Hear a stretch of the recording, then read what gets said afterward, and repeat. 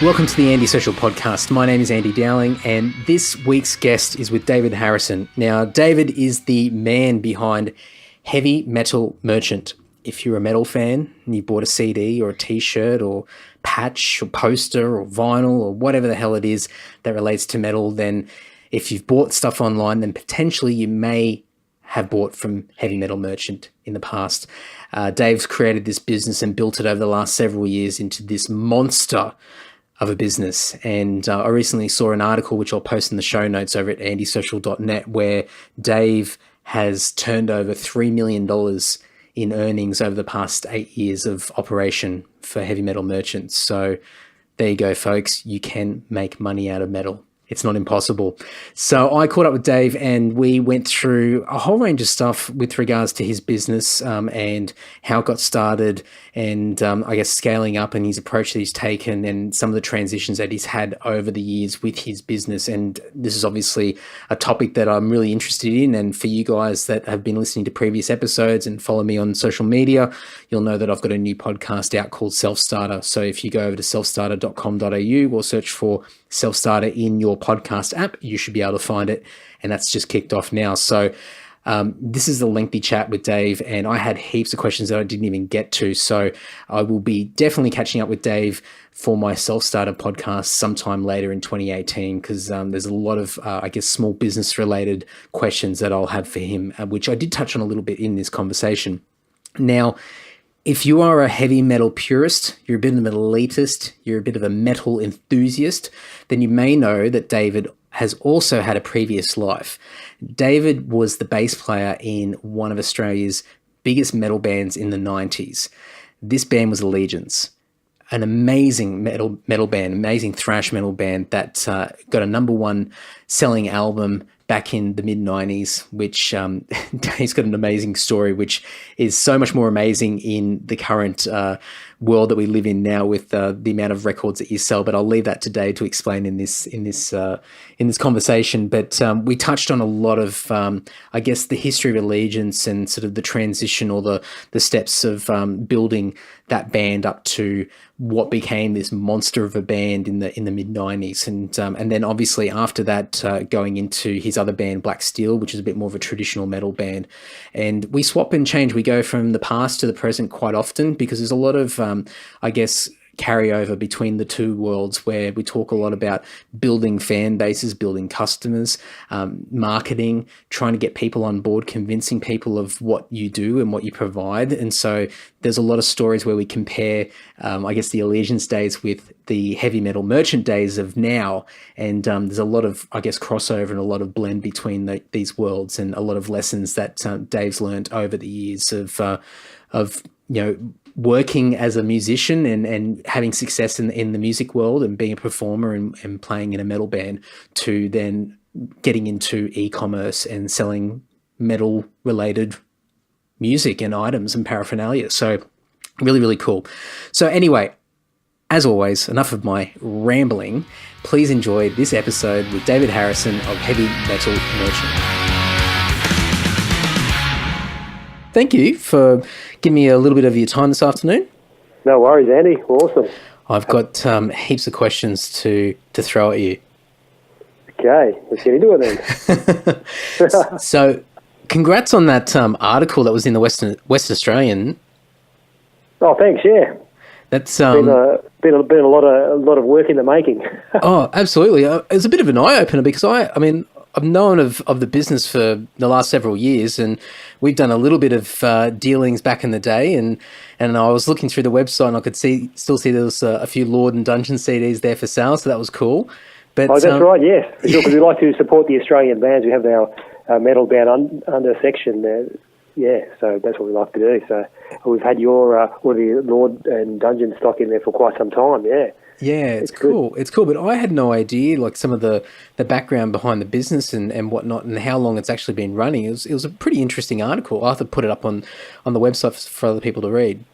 That's great, yeah. Share along, because I guess these days too, a lot of people don't realise with e-commerce and the reach of e-commerce and the popularity of e-commerce and the way business is going and how things have changed with business, and how businesses operate in the modern sort of landscape, especially now we've got the first generation of internet natives has now hit the landscape of shopping. They've got their own money and earning their own money, and now they're shopping, and online shopping is basically, they've had that since they've been alive. So it's the first generation of the savviest shoppers ever. So the retail landscape, and especially the music business, has changed a lot fast, so we sort of slip under the radar a bit.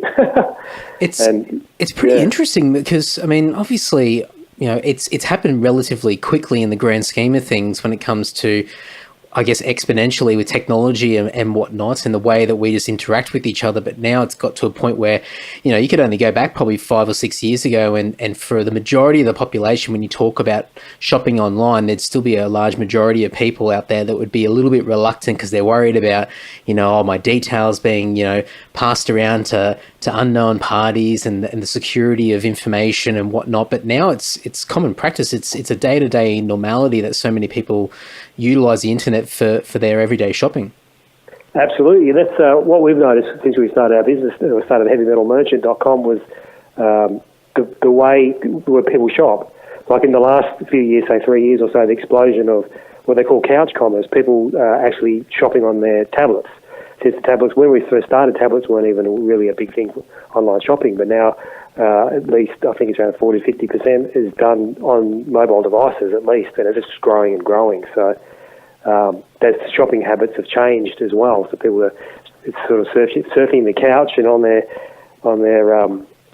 tablet, and they're shopping 11 o'clock in the evening at their convenience, and that's sort of the way it's going now. People they find it easier to browse online. They can find the selection easier. There's usually more sort of specific details there than they get from a retail shop. Plus, also the recommendations of other products, complementary products they might like, is also there online as well. So there's no restrictions of the type of product they can buy online, and also the way they can browse it. So. I tell you what, it's scary because when I look at when I'm shopping for something online, and as you just mentioned, you see related searches or related items that might be of your interest, and they're so well curated based off your search habits and whatnot, that it's your resilience to resist the temptation of just spontaneous purchasing is really difficult because impulse. They know exactly what you're after. Absolutely, and there's also other things that hit the market, and that it's all rapidly changing and growing. And obviously now Google Shopping's a huge thing, social media, and also too as payment options. People now the old lay-by from the old bricks and mortar retail lay-by system is now with things like Afterpay and pay and stuff like that. So people can stagger out their payments if they want. They can get their goods and then pay them in instalments, stuff like that. So I guess the impulse could even be more tempting, the different payment go. And we also noticed at the beginning of our heavymetalmerchant.com was the payments. Originally, payments, we'd get like quite a lot of people doing like online bank deposits, stuff like that, but you very rarely see that these days. It's just so much ingrained now with PayPal and all those kind of things, different payment gateways and stuff, which is good because that adds, as you're saying, an extra layer of security and confidence when people buy over the net, so it's a lot more safer. They've got protection, PayPal protection or protection via their credit card, chargebacks and stuff like that. So it takes more of the risk out of the business, So that's a very big factor too. When people shop online, they want to make sure that they're secure and they're safe, and they build that trust in there, So well, I guess it's obviously it's never been a better time for consumers to be able to access anything that they're after globally. You're not even restricted to what's in your local town or area or whatnot because of logistics of traveling to try and find a particular product. Now you can just search for something and get from any corner of the globe. But even from a seller point of view, as a business, it's never been better to be able to reach as many people, or even just to find your niche audience, like you do with your business. You've got this niche audience, which is a massive audience anyway, but to be able to not have to worry about using advertising and whatnot to, I guess, probably win over a bunch of people that probably wouldn't normally give you the time of day anyway. You can really tailor your market to exactly who you're after. Yeah, that's right. There's a couple of points you raised there. One is obviously the global reach, which they say now the world's kind of, in business terms, the world's been flattened. So basically, global reach from your laptop. Everyone's got global access now. And the other thing too, obviously, with the flattening of the the landscape there and everyone's got access to everything, is that everyone is your competition now. So, obviously things have to be a globally competitive price, which is a lot of the old... Well, if you go back 20 years ago, Andy, if you go to the main street of any city, in the business part or the shopping area, there'd all be like what you call international sort of chain stores. 20 years or 30 years back, there'd be what they call mom and pop shops. I put businesses owned like we do, like the small business. But they've all been squeezed out by the big guys. The big guys came in and squeezed them out because they had the global reach, the big power of buying, and all the big infrastructure to reach the world market. Now, that's actually all the big infrastructure and all the middle management bloating is actually a liability. A liability. Now, small is the new big, and the small guy is back. The small guy is back, and he's chopping the knees off the big guys. So the big guys are the ones that are now on the back foot, and the small businesses are now online in force. So what you've got now is a multitude of tribal marketing niches, exponential number across the world, and they're doing it better. They're more targeted, they're more smaller, and they're more nimbler. And the big guys are finding it tough because they've got all these fixed overheads, and it's harder for them to deliver a globally competitive price because of all the fixed overhead that they have. So basically, the power has been put back to the small guy. Now it's almost leveled the playing field now.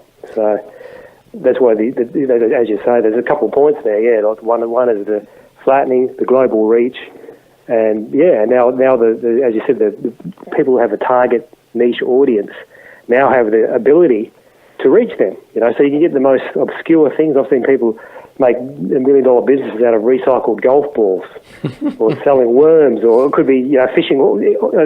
Another guy I know is selling shoestrings. Stuff like that. Basically, but it's the law of large numbers. The world, 1% of the entire world is still a large number.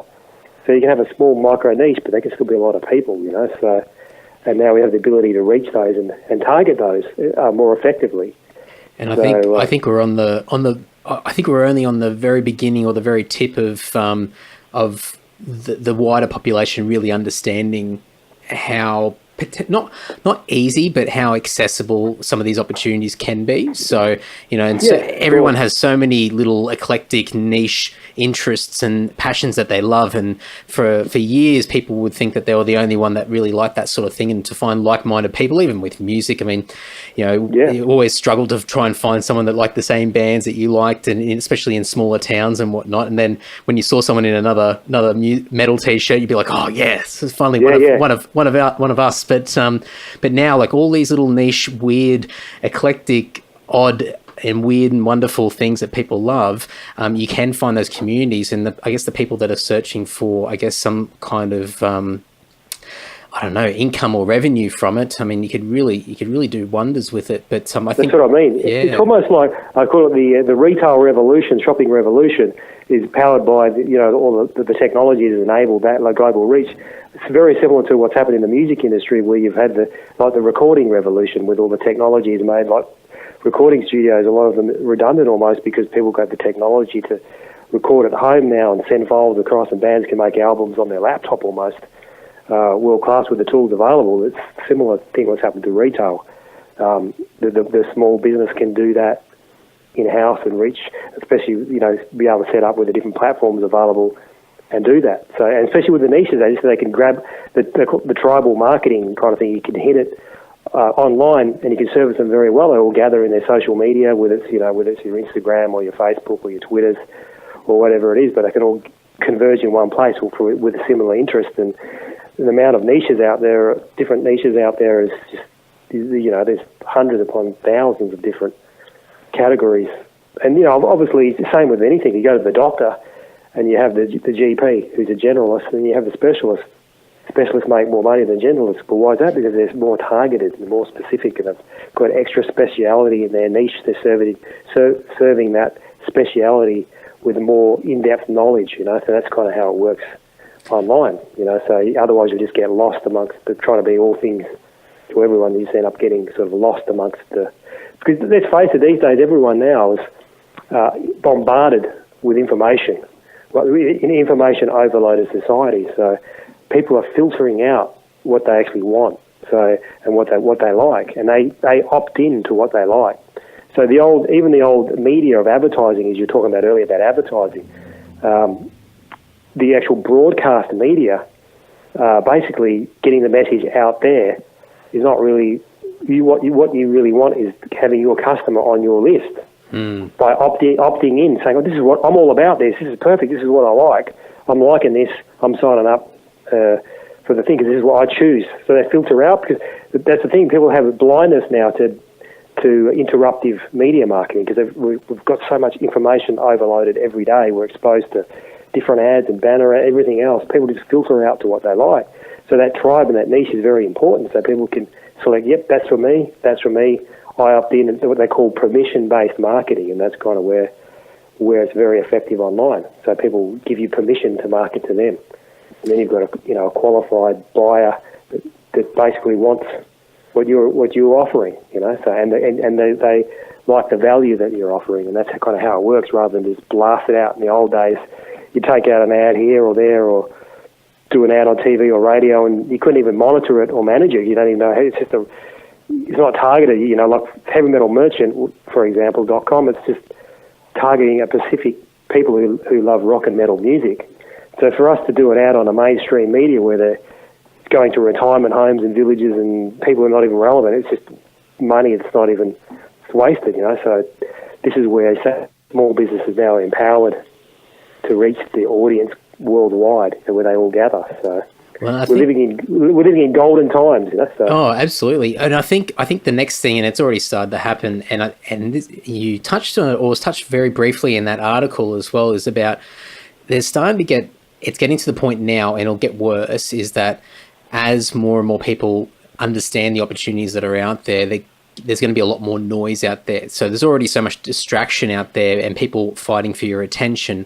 And what a lot of people have to do now, instead of that really hard sell, is that they have to find other ways to be different to what other people are doing in a similar niche that they're working in. That's right. I think they have to drill down into their micro niche. And the thing is, I think a lot of obviously there's a lot of opportunities out there, but there's a lot of opportunities that are already gone. If someone's been online in that niche for at least 5-6 years already and they're serving it well, then you're probably better off targeting something else, because it takes a long time to have Google relevancy and all that kind of stuff, and all the backlinks and everything else. It takes a long time for that, So you just really have to, as you said, carve out something new and different for yourself. Absolutely. And don't try to take on someone who's already probably nailed or got that niche covered quite strongly. And that's where a lot of people fail in e-commerce. They just try to copy something else, but they have the opportunity to innovate and do something of their own, and that's probably what they're better off sort of targeting, because there's a lot of and the big aggregators online, your Amazons and your eBays and stuff like that. They're like an aggregator that just connects sellers with buyers. They've been around 20 years now. eBay's been around 22 decades, so this is not new anymore.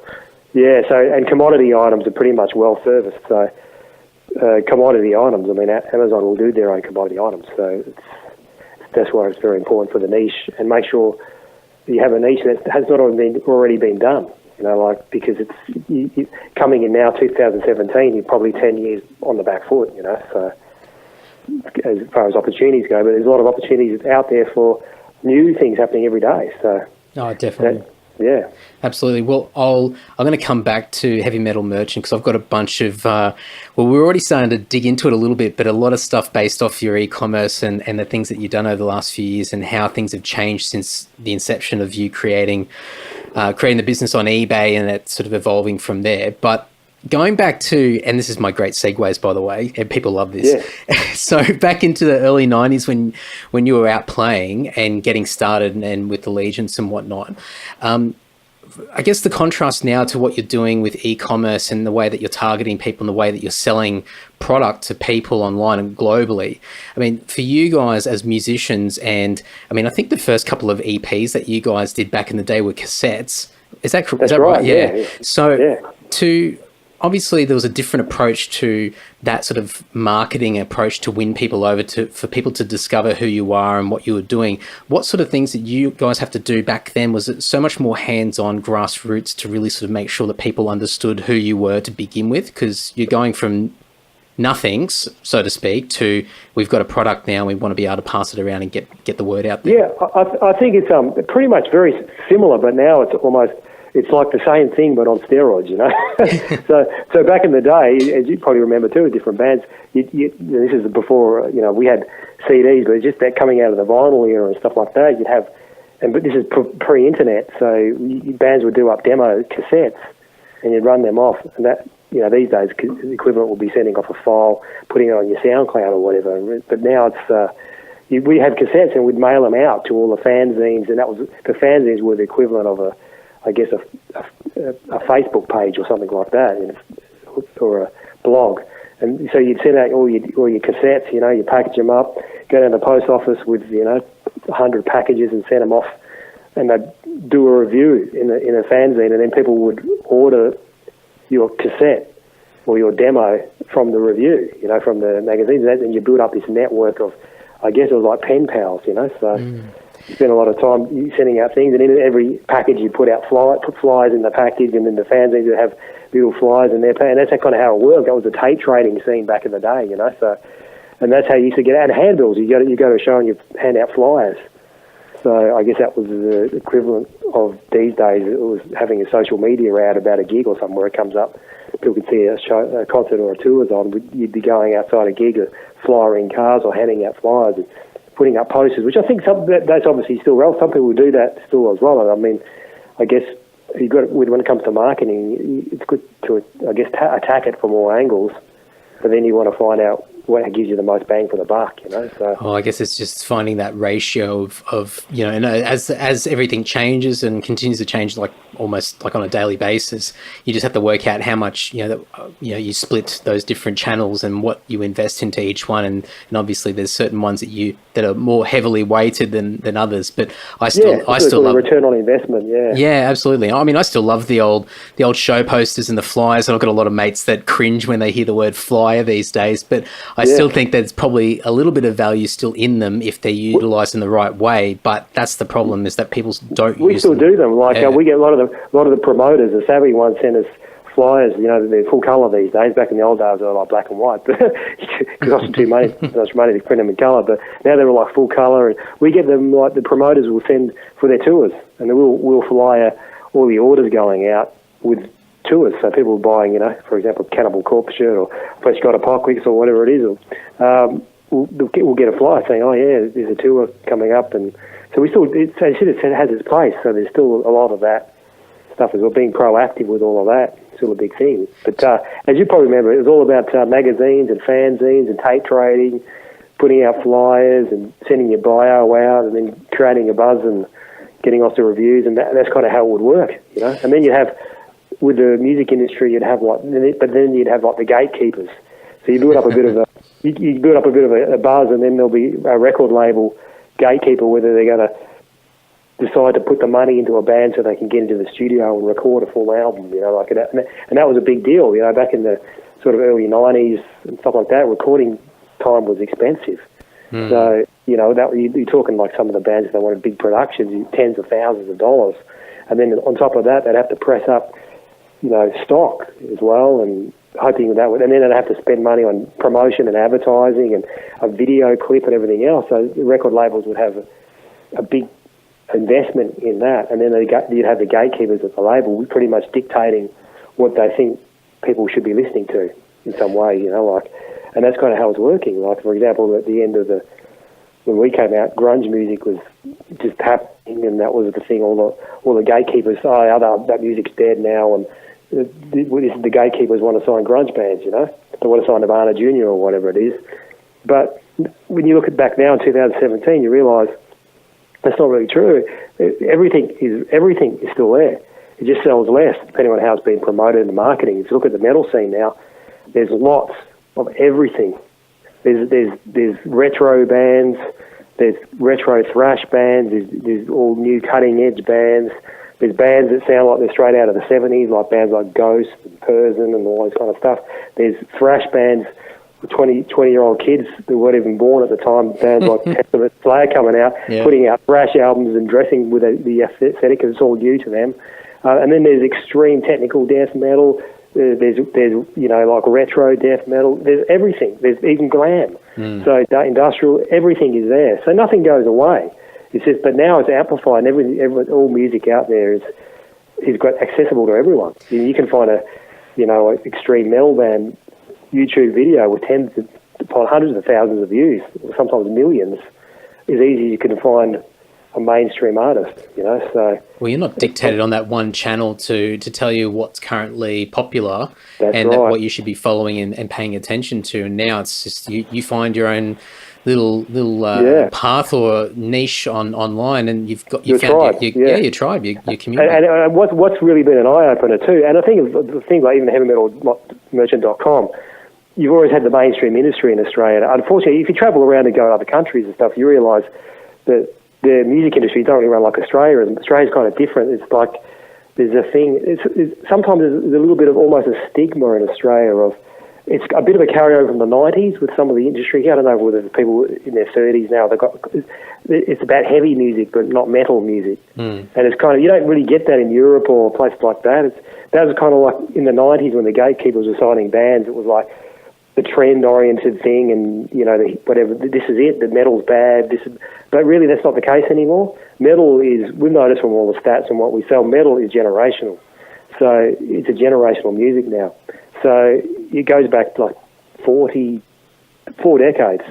So we'll sell product to people who are in their 50s and 60s, whether it's a Deep Purple T-shirt or Uriah Heep or classic sort of proto metal, right up to 16-year-old wants into some kind of gent prog, and then their dad might be into Metallica, and their son might be into that too, or Pantera. So it's generational. Yeah. But there's a bit of a stigma, and the mainstream industry doesn't. If you look at the ARIA Awards, and compared to say Europe, where you'll get Satyricon getting or Dimmy Borgir going for a Grammy, it won't even be on the radar here. It's not really taken that seriously. But when you look at the statistics and the stats, it doesn't add up. Like you go look at Facebook, for example, and look at Slipknot. They're bigger than U2. Yeah. There's more people. There's more interest and more merch sales than U2. But if you're looking at the mainstream industry and their focus, and how it's been, that's not reflective of that. No. But now the gatekeepers are gone, so it's kind of flattening out. You see what's actually really selling or where the interest is. So not bagging on any bands, we can actually see in real time what people are opting into like.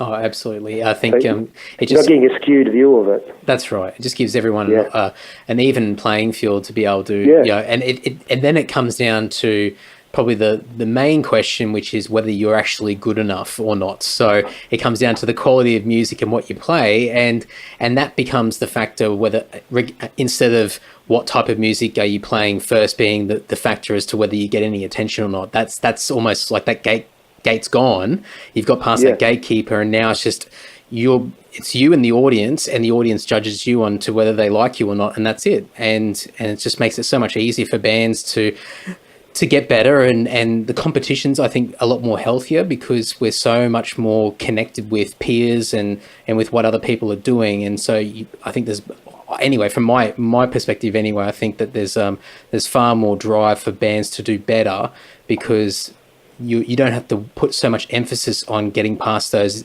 old gatekeepers. Yeah. That's right. And whether you're sort of hip enough and cool enough to be what we think's in this year, so what we're going to push to the public and dictate what their taste is, the actual public can dictate what they like, Yeah. So that's kind of how it's evened it out. And what you can also see now is other styles. For example, the elite level musicians like the shredders. The shredding guitarist, that was always a tough one back in the day because it was a very particular niche audience of guitar nerds and people who really appreciated really articulate guitar playing. To do that, if you do a local gig playing that style of music, you'd be lucky to pull 50 or 100 people if you're getting up there and just shredding like some of these people on YouTube. But then you look at, a shredder like Michelangelo Badio or something who'll have 20 million views. Yeah. So... Freaks rise to the top on YouTube because what's freaky and above average whatever will get more shares. Check this out. This is unbelievable. This is mind blowing. So people will share it, Absolutely. And that works very well on the YouTube environment. So now all those things you'll see them now: solo bass players and shredding guitarists and all that kind of stuff that it's amazing. They've actually found an audience and a place online now, which was basically on, you know, these YouTube musician stars, the gatekeepers would have ever even invested money in any kind of major tour money or anything like that to reach an audience for that style of music, because they wouldn't have deemed it commercial enough.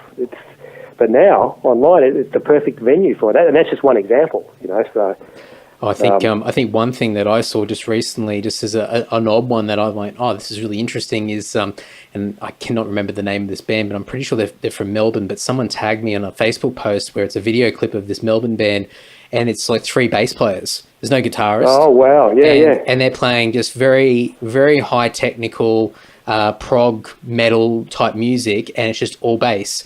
And I just sat there with my mouth dropped, just going, oh my God, this is incredible. But it's the type of music that, you know, back in the day, you would not hear about them whatsoever, and no one would care because they wouldn't be able to get past those gatekeepers. But now, they just tap into that very niche bracket of people, and also, given the way that we work with social media platforms, as you said before, if something makes you go, wow, that's incredible, and encourages you to share it around, then you tap into that sort of that viral space. As you say, like normally, and that's what happens is someone shares it, it ends up on their feed, and it's like, for a person who would have been exposed to that kind of stuff before. It's like, holy cow, I didn't know guys could shred like that, or play twin guitar necks at the same time, or a band with 3 bass players. They would never even been exposed to it, and it sort of goes viral, and then that becomes mainstream. Absolutely. So when you've got shredders getting 20 million views, that's becoming mainstream. You know what I mean? Like So it's what I'm saying is that the gatekeepers, what's made it really a good platform, and obviously that's been linked to with how easy it is now to have good quality recording productions. Oh, definitely. And the technology they're enabling people to do it at a very affordable price now. So absolutely, it makes it a lot lot easier. There's no limitations. The creativity, there's no actually limitations to creativity. And what we're seeing is very creative people online, and sort of elite level musicians. That's just one sort of niche, but people are being inspired by that. And you see young kids coming up, and it's like, because they've been exposed to all that, they almost got like hyper musicality growth, you know, because they're exposed to all these online lessons and elite level players, and they can look at it in depth, and they've got access to all of this, you know, like, and so it's basically supercharging their musical growth, you know what I mean? So it's exploding, it's crazy, it's awesome, you know, like.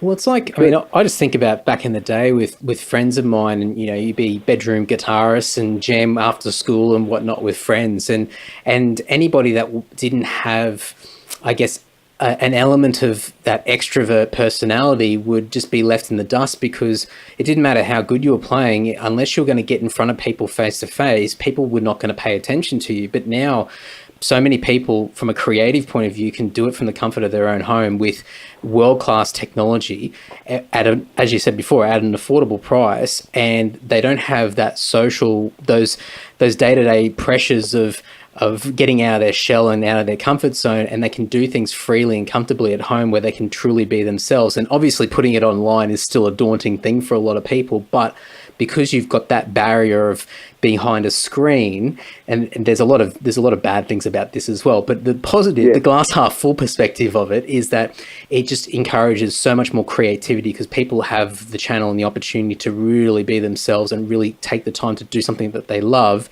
instead of going through the trial by fire of getting scrutinized face to face by people that many of us would have had to go through back in the day just to get any sort of attention from people.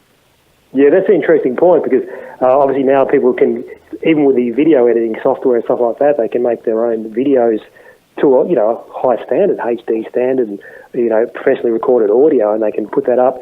And basically, the live performance is not the only game in town for some of these styles. So they can actually, rather than go out and play a live show and all the work involved of, you know, promoting a gig and getting 50 people, they can get 50 people within 10 minutes on a YouTube view watching what they're doing, that are interested in what they're doing, and that's kind of another thing. And you also see endorsement companies now endorsing the YouTube star or musicians, carrying more weight than touring musicians now. Sometimes they give them an endorsement deal for products based on their subscribers. You know, they might have 100,000 with millions of views on YouTube, and they'll get endorsement deals based on that. You know, so more so it's not the live game. In that sense, is not the only game in town. There's other avenues for the music to get out there, you know.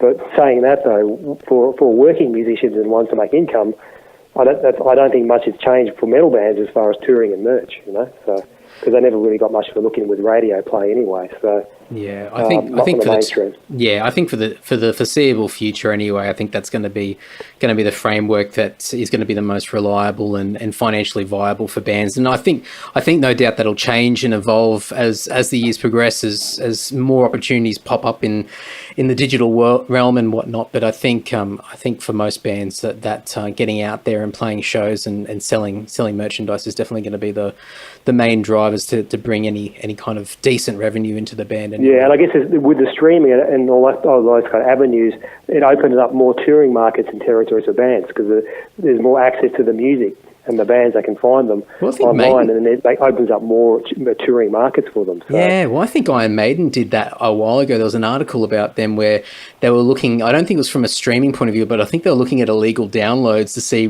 which countries were like absolutely smashing the downloads, and then that was dictating. They were dictating where they were going to put their next shows for that upcoming tour, and it was quite interesting, just to see how they were analysing data just as to what their next steps are going to be as a band and as a business.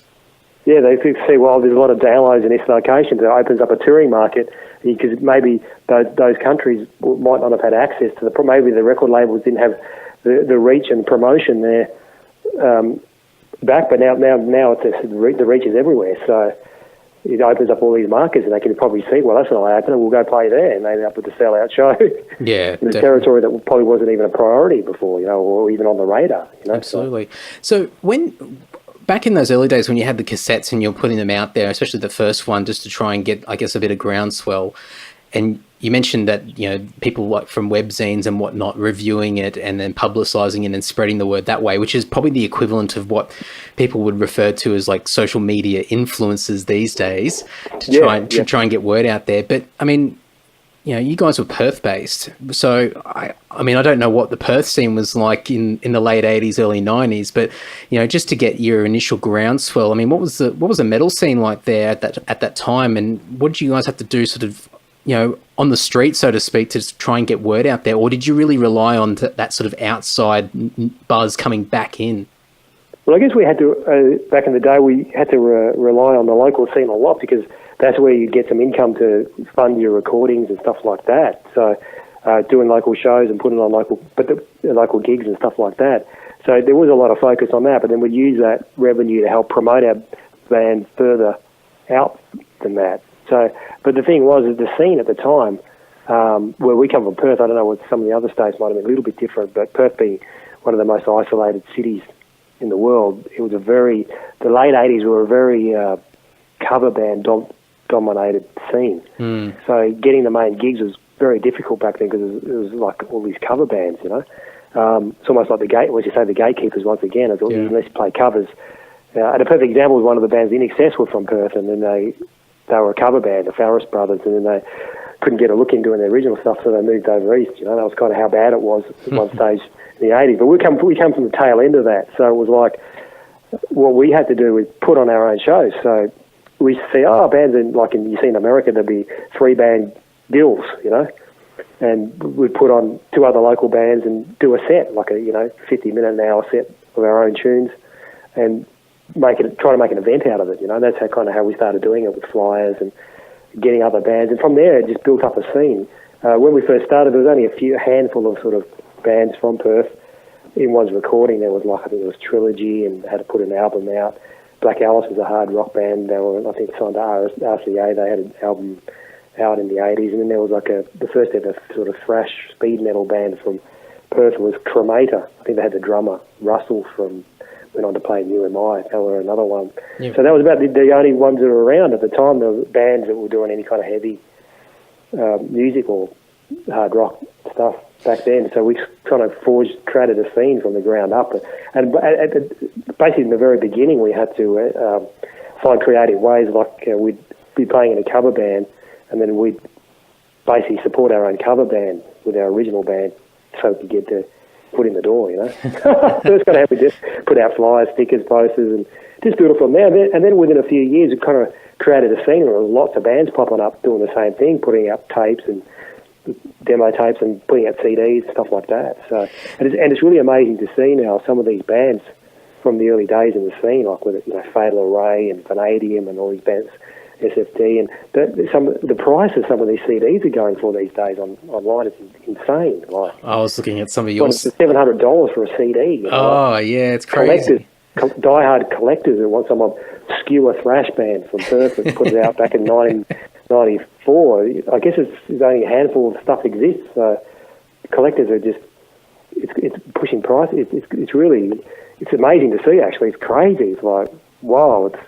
There's some of these bands. I guess every state would have had their own little pocket like that, and even going across America and stuff too. I guess there's scenes. So every scene had these bands like that. So was there any particular reason? I think you alluded to it before, for going with cassettes to begin with, as far as getting a demo or an EP out there. Was it just because it was just the cheapest option for a band to do at that early stage?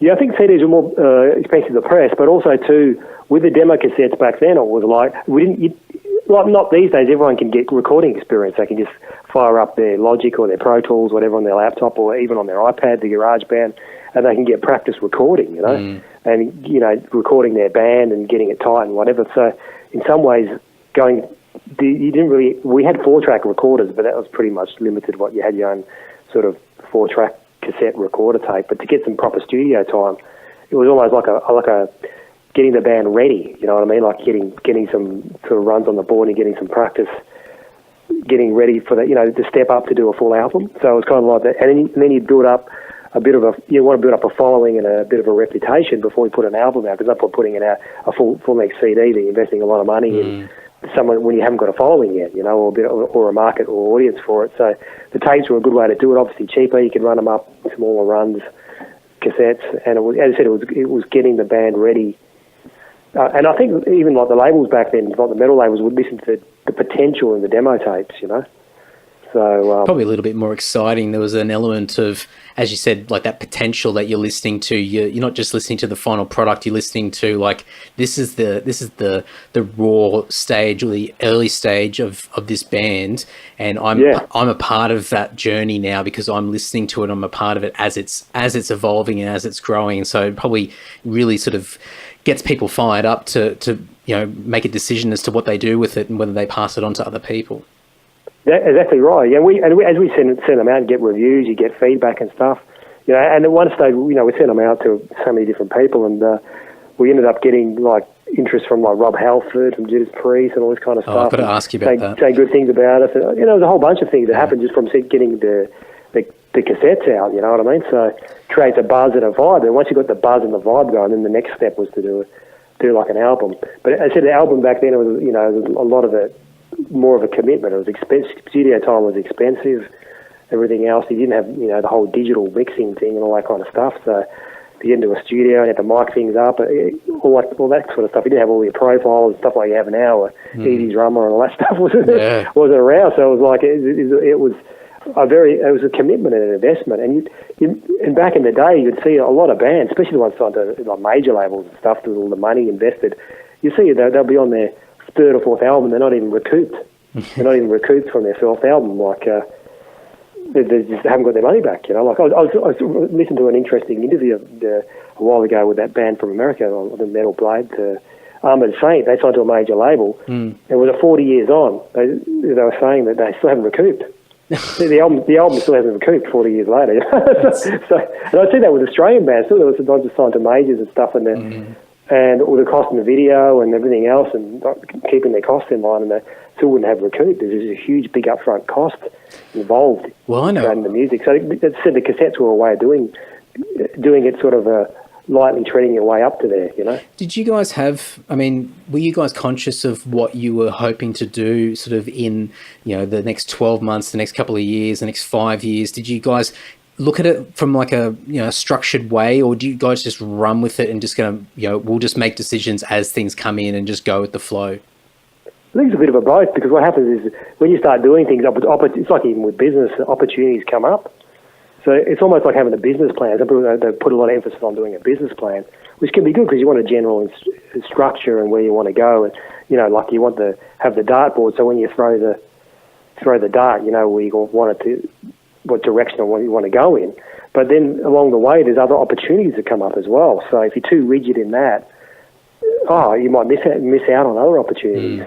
So I think most bands that have a general direction of what they want to do. I mean, they start out, they want to start playing shows, and then the next step is, we want to start recording and maybe releasing stuff and getting some support gigs, and the next step is putting your album out and then maybe going on a tour. And so it's like a logical step and progression as you move along, So, you do your local tour, your local shows, and you start doing some national tours. And once you've got an album out, you're just going to start getting some supports on national tours and stuff like that. So I think that was the general goal of most bands back then, original bands, was to do that.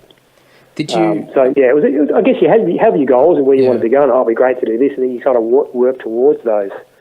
But I don't think it was anything like sort of cast in stone, this is exactly what we're going to do and whatever. No. But I know a lot of successful bands that probably do a very structured plan. They have their touring cycle. This is going to be 2 years of touring, and then we're going to do this, and then the live album's coming out, and from there it's going to be this and that. So quite very structured in time frame of what they're going to be doing. So, and I think that a lot of bands have to do it that way, So they want to make a career out of it. So of course.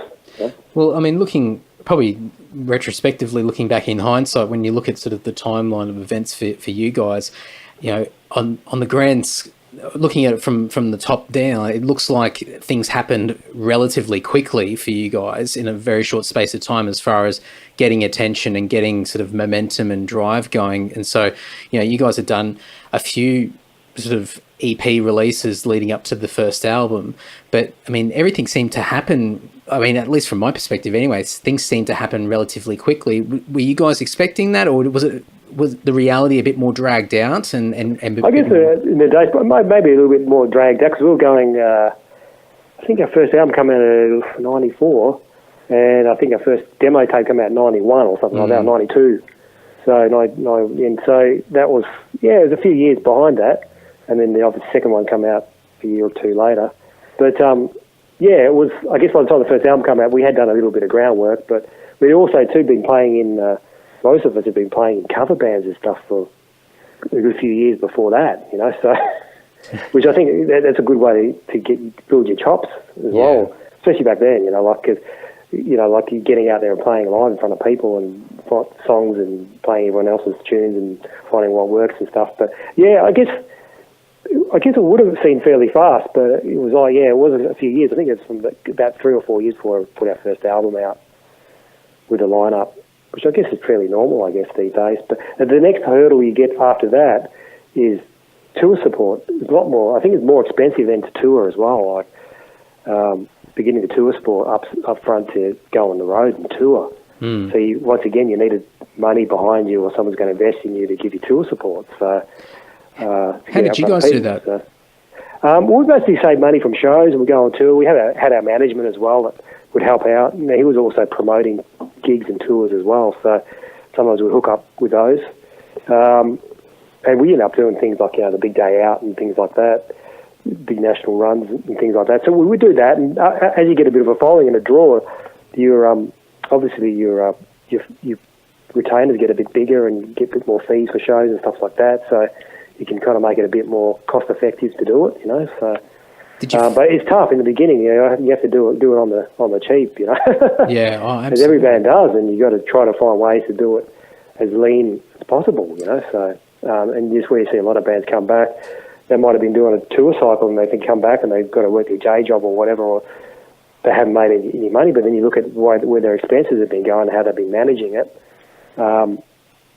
So once again, it's very important to keep on top of those things too. But and from local shows, we used to have a pretty strong draw in our local town, so we could do quite well on local shows. So a lot of that would help fund things as well, So I mean, from what you said, it almost sounds like you guys didn't have much of a scene going, and instead of just, I guess, sitting there and going, well, this sucks, it's really hard to get a name in the area and try and do something that we love to do, you turned it around and said, well, here's an opportunity for us to actually create it ourselves and build it ourselves and then get people behind it to help us make it bigger and better. So by the time all these new opportunities popped up and you guys got better and better and more, I guess, some awareness out there, you guys had almost, created this audience or this scene over in Perth. Because I don't know, it's hard to compare, especially going back a few years now, but with probably some of the East Coast cities,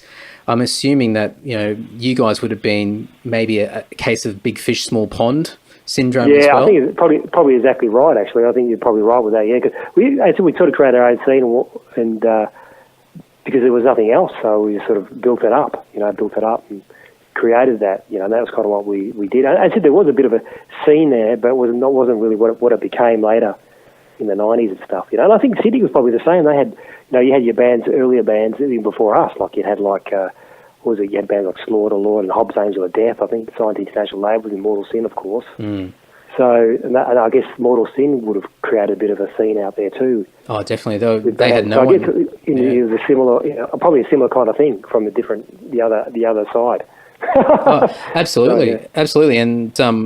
And by the time this comes out, I've done one with Matt Mora, and Great. And Matt goes through a very similar sort of storyline where they were going out there and playing shows with bands that are a little bit more sort of, I guess, on the rock side of things, and there was no thrash bands whatsoever, and for them, they had to beg and plead local bookers to get them on and just do like an opening spot for these shows where they didn't fit whatsoever, and they had to create their own scene.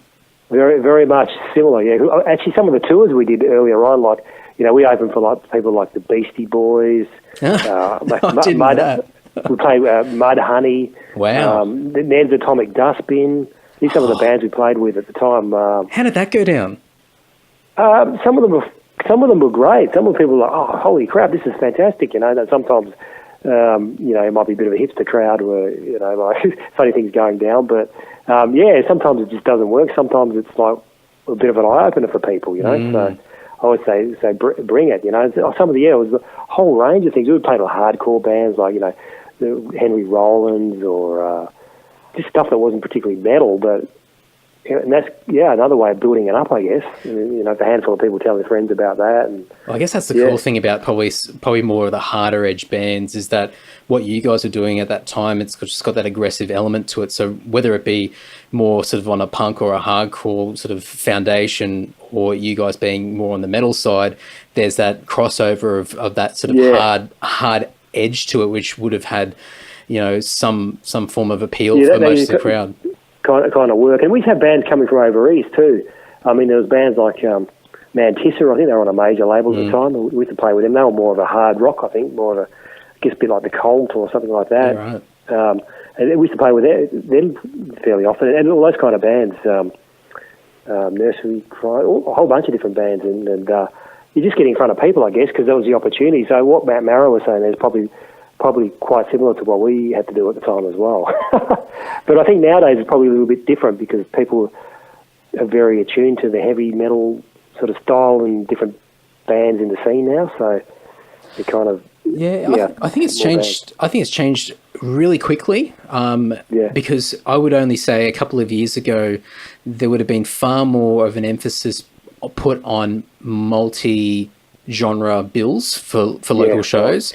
And I think now, and I could be wrong, but I think now it's probably less important because I think people know what they like and they're a lot more educated, that you don't have to try and bring in a whole range of different people. And I think people get a little bit more turned off now that if there's just only one band that they know or they like and the rest of them are genres that they might not really normally listen to, they might be a little bit more reluctant to go out because they can pick and choose what they go to and there's more options out there. But I think it's, I mean, there's always exceptions to the rule, but I think you might be right because if you see what's happened, even what happened with Australia with the festivals, like you had like the multi-genre Big Day Out thing, which sort of prided itself on like having very diverse. But then the metal fan would go there and think, I'm paying $150, and there's two bands that I like. Towards the end there might have been two token metal bands or three or whatever, and then they could have a sound wave, and there'll be like maybe 6 or 7, 8, 10 bands they like. So what happened is it becomes like the value ticket.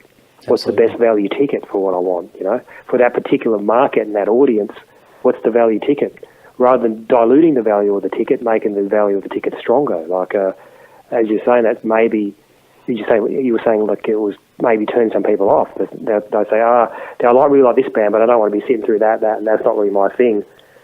I might give it a miss because the value proposition's not there. So that's it. And I think with so many shows coming through now, and there's so much attention and so many opportunities for people to be entertained, and even just from the comfort of their own home, from their couch. I think you really need to pull out all the stops. And I think the only time now, and it's probably always been the case, but I think the only time now that you can really win people over with sort of a multi-genre or even just multi-metal genre bill is that you have to put on an event more so than just a gig, and you have to promote it as an event, as something special, something unique, have it as a unique name, as something that people think that they need. You probably might not be hitting the bullseye with it. Things might have changed, unless you have. I mean, if you look at, say, the big day outs, for example, and they probably, I think they might have struggled towards the end in the last few years.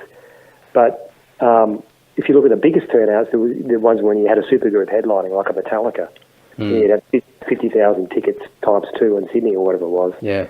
But if it's a lot of the strength, it was drawn on the Metallica.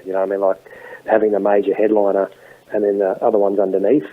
I don't know if a lot of that 50,000 times 2 was to do with having the multi-genre. Like towards the end. I mean, at the beginning, yes, but as you're saying, it's kind of, as you said, people are exposed to everything now, so they don't really need to be educated in other genre.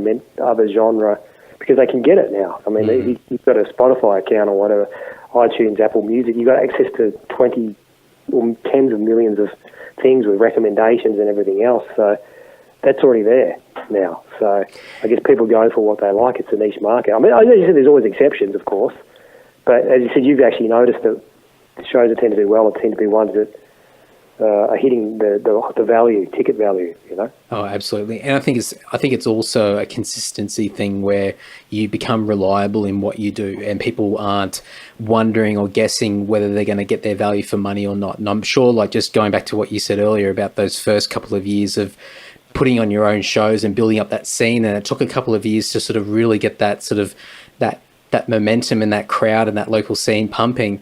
A lot of that probably would have been not only the music and the bands, of course, but just potentially the consistency and just showing people that there's some sort of, I guess, social event that's being put on with obviously the music there, but you're getting people's trust and people want to be a part of that. Yeah, that's right. They're building up that basically the following and getting people knowing what they like and getting exposed to it. Yeah. But as is, now people can be exposed to anything online or whatever it is. So, and that's kind of, I guess, as said, is kind of a little bit different because the only way some of these bands, and that was a good thing about things like the Big Day Out and stuff like that, is that some of the Australian bands would go out and be exposed to a wide audience that they wouldn't have been exposed to before because of the draw of some of the international acts and everything else on the bill. But now I think that's not the only way. I guess things have changed. So when people go to a show, they want value for money. There's a lot competing for their entertainment dollar. So bang for the buck is kind of like where it's at, isn't it? Well, absolutely. And I think it's almost getting to a point now where people have got to be a little bit more creative. And it comes down to, like, even with your business as well, trying to think outside the box to be, just do that 1% more than what somebody else is doing that might be doing something similar to what you're doing in your little niche, and just something to provide, some kind of link between you and the customer or the punter, and something that makes you separate from everybody else. And so and I think it's also relationship building with the customers. It's kind of like how it works. They get the trust and their service, and then it's like, well, I can go there or there, but I've purchased her here before, and it's always been a great experience. So do I want to risk it? So building that relationship with it, as well. So yeah, I guess it's like bands. People have relationships with bands, and now there's so many different tours coming out. Obviously, the touring market's very strong now, and so many bands are touring because it's an income source. So people are getting selective about who they're going to see. They can't go to see every single international tour that comes out as well, so they have to be selective on that. So, because you might have noticed the amount of tours that we get now in the last 5-10 years. I was just going to say in the last five or 10 days, there's been quite a few that have popped the up. Announcements, have you seen that? Yeah, absolutely. So, I mean, it's good. It's really good times for all that. It's a good time. It is. It's a good time for being a music fan. That's definitely true, you know. One of the best times ever. And I think the sheer volume of releases coming out is like, I remember saying that since the 80s and the 90s, 2000s and now, it's like the amount of releases that come out every month. It's like 4 times or 5 times what it was in the 80s, you know, like as far as bands putting out albums and products. So it's, as you said, it's very noisy out there and there's a lot of stuff to compete against. I remember looking at I think it was one of the music industry guys, and they were saying what's the most important skill for musicians outside the musical ability. Was one of the most important skills that they can have, and it was like internet marketing. So it's basically not even an option. Yeah, that's right. It's a requirement, absolutely. Yeah, it's a requirement. Yeah, it's a job criteria, and also knowing how to run a DAW, you know, a digital audio workstation, how to run your recording, you know. So these are essential skills now, you know. Oh, absolutely. Going back to Allegiance, was there a particular point that you yourself personally or you collectively as the band sort of went, oh wow, like we've really sort of kicked it up to that next level, like we're really sort of doing something fantastic? Was there like a particular show or crowd that you guys played in front of, or even just, you know, getting signed, or even like you alluded to before, which I'll pick your brain about because I saw some interesting comments about Halford being aware of what you guys were doing as well. Was there any particular moment in time, or was it just sort of a bunch of different things that all sort of happened? Probably a bunch of different things just sort of built up. But I remember that first album come out, and that was like, I think we went to number 1 on the chart here, and that was like the mainstream chart, you know. So I think that was like people sort of took notice, like, holy shit, there's like a metal band on the top of the chart. And back then the charts were a little bit more, I guess, relevant. There's only they don't exist anymore, but that was kind of a thing where people could gauge what was popular, what was happening, you know. So absolutely, you know, that was kind of like, you know, I guess then after then it was like, well, this is pretty serious stuff what's happening here, you know. So it creates a bit of a buzz and a vibe, you know. So how did that work with I guess at that time with, you know, hitting the top of the charts? How did you guys find out about it? Was it your manager giving you guys a call, or was it, you know, the label, or what was that communication like? I think what I remember is this was back before the internet, of course. Yeah. So communication was by fax, you know. So I remember I got a fax from one of the journos in the newspaper here. Yeah, right. And it was like they sent me a fax going, "Oh, you're number 1 on the charts, unbelievable, congratulations, this is fantastic." Like, and that was like a fax to come through because obviously they got the news before anyone else because they could see the charts, you know. Yeah. And a lot of those people would write for those were true music fans, you know, so they really could see the struggles that we have. We weren't a commercial band whatsoever because most of the time in the charts back in those days, it was like the only time bands would get looking if they were on the mainstream radio play, you know. That was not something that we're going to get. But that was happening. There's a few bands coming out there that were doing that. So, but then again, you see metal bands, they hit the chart for the first 2 weeks and it just drops out. It's probably very common to talk about the first couple of weeks. But I think in our hometown, I think we'd shifted with a record label here. They were going, I believe they had to press up like I think 11,000 copies pre-ordered straight out before. That was just from Perth, you know. That was just in other state. But this is obviously before we had digital, you know. Oh, of course. But I mean, that's just so ridiculous to hear, because it's just like, you know, for a band these days, if you're selling probably, I think for the Arias, or at least a couple of years ago, and I don't know what it is now, but I think to sort of chart high in the Aria charts, at least for sort of heavier music, I think you only need to clear about 3,000 to 4,000 nationally now, as far as physical units. And I could be wrong, and there's probably people listening now that are just screaming, going, "No, you're completely off." But I'm pretty sure it's roughly around that figure. Well, I was hearing a story, you get like 3,000 or something would get you number 1 on the national chart. Yeah, something like that. And something close to that. And potentially that counts, or it factors in now things like Bandcamp and streaming and whatnot as well. And the numbers are. I mean, obviously we're living in a different age now with music consumption, but geez, like 11,000 in Perth alone. That was just in our own state. That was just the first week. But I remember that the label gave us a pile of CDs, covers to sign, and I remember we were sitting we had like hundreds of them just sitting there on at the end of that, hours of signing these CDs. So that was funny, yeah. But yeah, that was, I guess, that was, as you're saying, even nationally now, for some of even a small market like Australia, totally different numbers, I guess. Absolutely. So at what stage and I really want to, I mean, you can tell I've been sort of chomping at the bit to ask you about this, but at what point in time in this timeline did you start getting attention from Rob Halford? Well, that was even before that. It was before that? That was just from the demo tapes, Yeah. Because we sent a whole bunch of demo tapes out to all different people, like, labels and magazines. And then, obviously the fanzines and magazines are in touch with different managers and stuff like that. And I had a friend that, Rob's got he's starting, he wants to get some, help out some sort of young developing metal bands, So here's the address, send him your stuff, So that's what we did. That's what I did. I sent off a package, and then his manager at the time gave us a call, I think about 3 o'clock in the morning or something. I can't remember, because it was like this. This is before the internet, of course. Yeah, and all that. So that's kind of what happened there. And he gave us some good press. We ended up actually touring with Fight. That was the band he was in back then. Yeah. Which was cool. Stuff like that. That helped. It was a hard time for metal bands with any kind of major label support, because it was, as I said, that was whistling grunge was hitting big. So it wasn't really what was on the radar, music radar back then, as far as just put a lot of money into a support for a metal, this kind of band like that, So.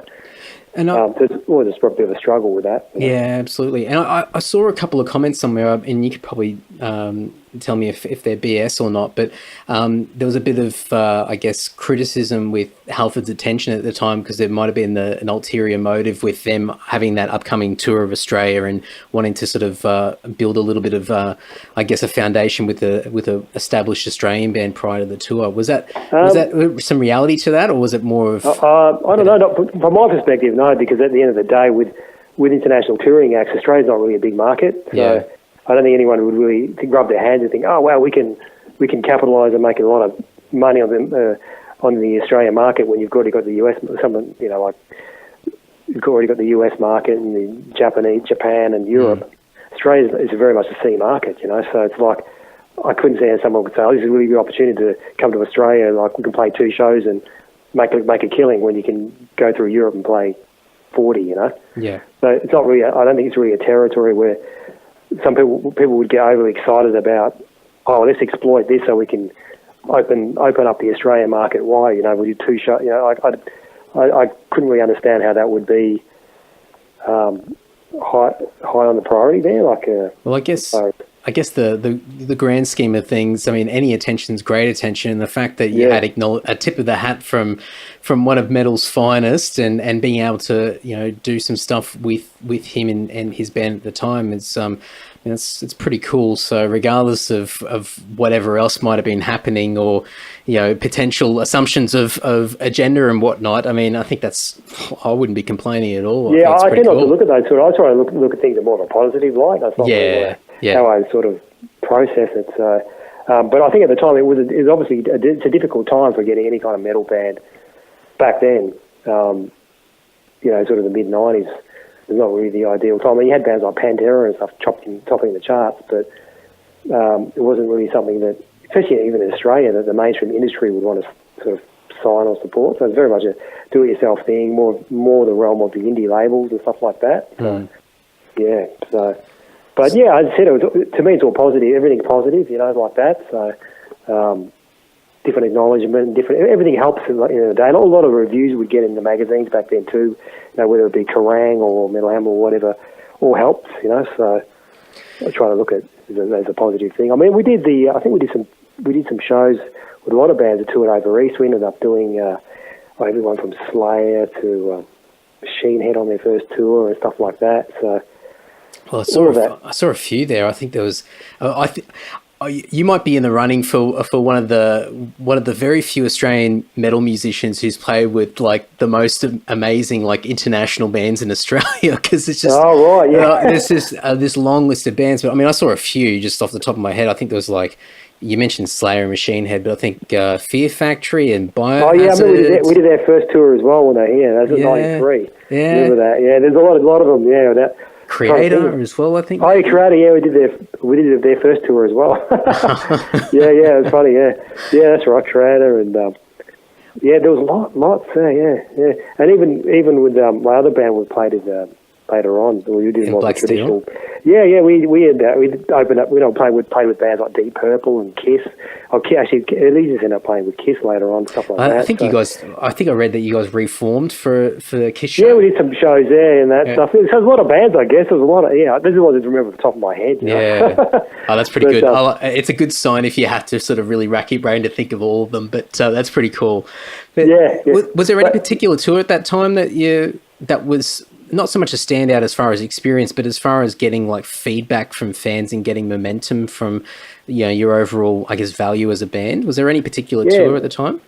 I guess the one that was really good, I remember, was Fear Factory, because we just got on really well with the band, and that was really good. And it was one of the first ones we did, earlier ones, before we even put our first album out, I think. So it was like, that was good. You got the momentum going, you know what I mean, for doing the tours and stuff that we did. So yeah, and then obviously things like Slayer and that are always good, because you move. They play the decent sized venues like the Horden Pavilion and the festival halls and stuff like that. So you get those people who wouldn't normally come out see you there. So, and then we ended up doing some tours too with some good Aussie bands. I remember we did just to mix it up. I think we ended up going on tour with the Poor.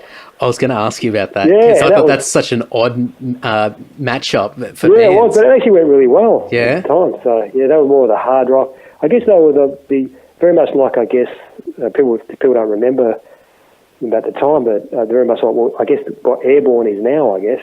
Yeah, true. Yeah, true. Yeah.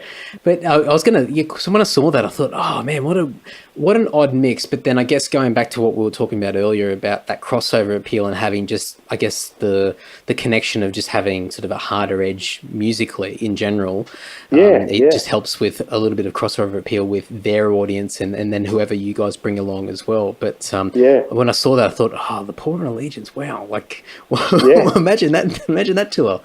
Yeah, and then we'd come over and we'd do a gig with Morbid Angel, so or something like that. So totally the other side, which is pretty awesome as well. So, or Pungent Stench, there's another great one. Oh, yeah. Wow. So stuff like all those kind of bands, like full-on underground extreme bands. So, and that was awesome because I love all those kind of bands. So it's good.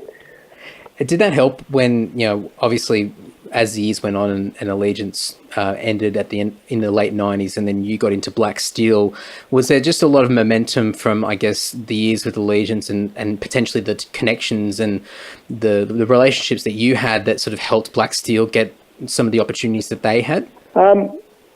Yeah, I think so. Yeah, because at the end of the day, it's all about relationships and building relationships with people, So, and that's kind of when you've got relationships with people, and people booking gigs and everything else that you build up over the years, that can sort of help. But I guess whenever you start a new band, you're starting pretty much from the ground again. But if you've got connections and stuff like that, can help, So all that sort of helps, But that was more of a fun band, so there's no major agenda for super domination or anything like that. It was just I was just playing in a band with people I liked and musicians that I'd listened to for a long time. So I guess it was a bit of a different style, and different pace from what had been, I guess, for the last probably almost 10 years of Allegiance. So it's quite fun. Different agenda. A fun thing. Yeah. And we did end up playing some fun shows too, some great gigs we did there, Yeah. So that was the main thing there. But it does help, of course, because you have your connections and people you work with and everything else. And it's interesting because you hear with bands, I think bands are, even successful bands, it's very much like a team, almost like a sporting team. Everyone's got a lane that they're in, and the thing is to make sure everyone excels at the lane, and having that good management as well and everything else. A lot of factors, good music, of course, is the given, and then having the right combination of unit of people that work together, and the team that helps support the band as well. Good booking agents, good management, good promotion, good PR, and all that other stuff. And when you've got those connections, you can sort of utilize those as well. It always helps. It's a very odd social dynamic of your stereotypical band, because there's so many different, I guess, individual storylines that are attached to the band. Like everyone's had probably the dream of being, on stage and getting attention from people, and obviously different things that people want out of it. Some people are looking for financial gain. Some people are wanting maybe attention from girls. Some people are wanting attention from the masses. People just want to play music and they love what they do. And so you've got so much, I guess, personality and ego and emotion that just comes into this melting pot of creativity.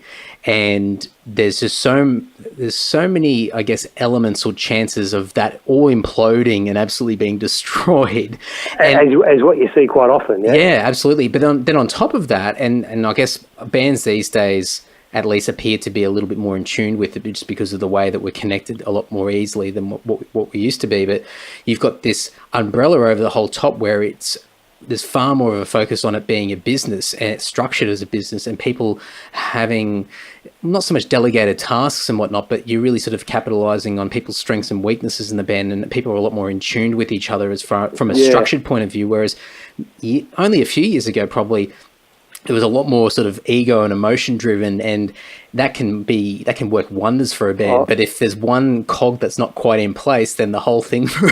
Yeah, that's what happens. I guess when the lanes start crossing too much. Yeah. Then that's when the problems are. But as I said, every band needs, in a band. I mean, like a sports team, you have a good batsman, a good bowler, and then you have a team captain, and it takes all those units working together. Absolutely. Those talents working together in harmony that make for the greater sum of the parts, So that's, I think, with a band, obviously, a given is you need great songs. So you need someone lucky enough to have someone in the band maybe that can write, is a really good songwriter, because songwriting is a different skill to guitar playing, obviously. And you've got someone who's a good musician, guitar player. Then you need someone in the band who's a good driver and a good team leader, captain, who can liaise with management, hustle and make things happen. Every band needs one of those as well.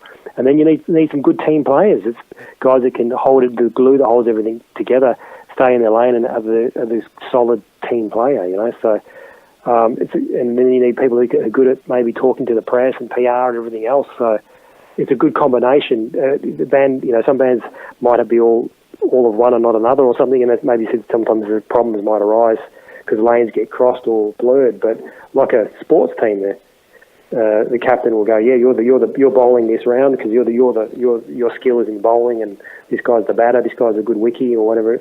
And that's similar to a band. Everyone's got their place and their role that helps together, So I think that's the combination. But as I said, sometimes can be very volatile too, So that's it. There's a fine, or the parameters can be quite small sometimes as far as whether things stay on track or whether they completely get derailed and go in a different direction and crash and burn. Yeah, and I think you see some bands too, they have to replace certain parts in certain times just for it to keep functioning, Well, I mean, you could look at the model of Kiss, who have copped so much flack over the years for various decisions that they made, as a band and whatnot. But I mean, in the end, they're the ultimate when it comes to, I guess, a band that approaches it as a business. And when there's certain parts of that business that aren't performing or working as at that optimal, expected, level. It's interesting. Yeah. Well, I heard was interviewed Gene Simmons. We're a rock and roll brand, not a band, or we're a rock and roll brand. Yeah. Yeah. But if you look at the stats or the draw they have, they're still 40 years on. They're selling out big arenas. So yeah, that's right. I guess if that's a goal and objective, then that they're hitting the mark of what their goal is. So absolutely. With lots of happy fans. So I guess that's what they have to do. Whether they can still be doing that on what they had in the 70s, where they're having to change, we'd be doubtful. Like a lot of bands from the 70s have burnt out and fallen by the wayside, I guess. So that's it. And I guess that comes down to what you're in it for. What's the reasons that you're in it for, and then having the foresight to be able to look ahead and go, well, this is, I can see where I'm going to be in 12 months, or I can see where I'm going to be in 5 years, or I can see where I'm going to be in 20 years. And I think potentially, and who knows, I mean, maybe from Gene Simmons' point of view, he could probably see where he's going to be in the next 10 to 20 years, or at least had a bit of an idea of where he was going to go. And that's probably what kept him kept him on path, as opposed to probably some of the other bands that were probably living a little bit too much in the moment, minute by minute, rather than thinking too far ahead. And yeah, I guess I heard a quote from someone once. The bands that play arenas do what they have to do to play arenas, you know. A lot of times, so I don't know. Yeah, so, but yeah, I mean, it's all good. But yeah, I know what you're saying. The combination there of everything that goes down to making a band is more than just.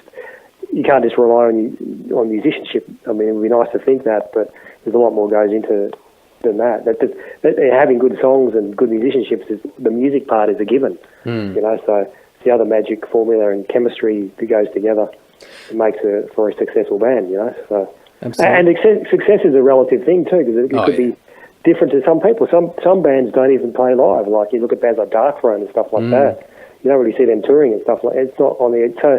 Depending what success is, you get one, you know, there's one band, extreme grind band projects, you know, and I'm sure the guys who do that and record on their home studios and make these grind projects, release it out the world, to them that's success, you know, so they don't want to compromise on what they're doing, so... Oh, there's the guy, I met him at Hammer Sonic, I can't remember his name, but he's the guy behind Putrid Pile, and Dicey and Brad and the guys will know him really well, but he's a one man, and so he does his live shows is just him playing guitar, and he's got a drum machine, and everything else is backing tracks.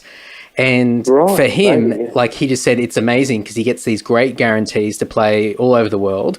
His overheads are so small because it's just him traveling, and and this is what he wants, and he's got the best set of circumstances that fits into what he wants out of life, or out of his creativity and being a performer and whatnot.